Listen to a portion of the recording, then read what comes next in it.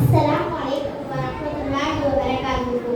يا أيها الناس اتقوا ربكم الذي خلقكم من نفس واحدة وخلق منها زوجها وبث منهما رجالا كثيرا ونساء واتقوا الله الذي تساءلون به والأرحام إن الله كان عليكم رقيبا. நான் உங்களுக்கு எடுத்துக்கொண்ட தலைப்பு பேசினால் நல்லதையே பேசுவோம். தொழுகை நோன்பு போன்ற விவாதங்களை செய்ய வேண்டிய முஸ்லிம்களிடம் இருக்க வேண்டிய மிக முக்கியமான ஒரு நல்ல பேச்சை பேசுவதாம். எவ்வளவு மனித வழிபாடுகள் இருந்தாலும் ஒரு பெரியன் தீய பேச்சுகள் இருந்தால் அவர் முஸ்லீமே அல்ல என்பதுதான் இஸ்லாத்தின் நிலைப்பாடு. அல்லாஹ் கூறுகிறான், யா அய்யுஹல்லதீன ஆமனுல்லாஹ வகூலு கௌலன் சதீதா. நபியே அல்லாஹ்வுக்கே அஞ்சுங்கள், நேர்மையான சொல்லையே கூறுங்கள்.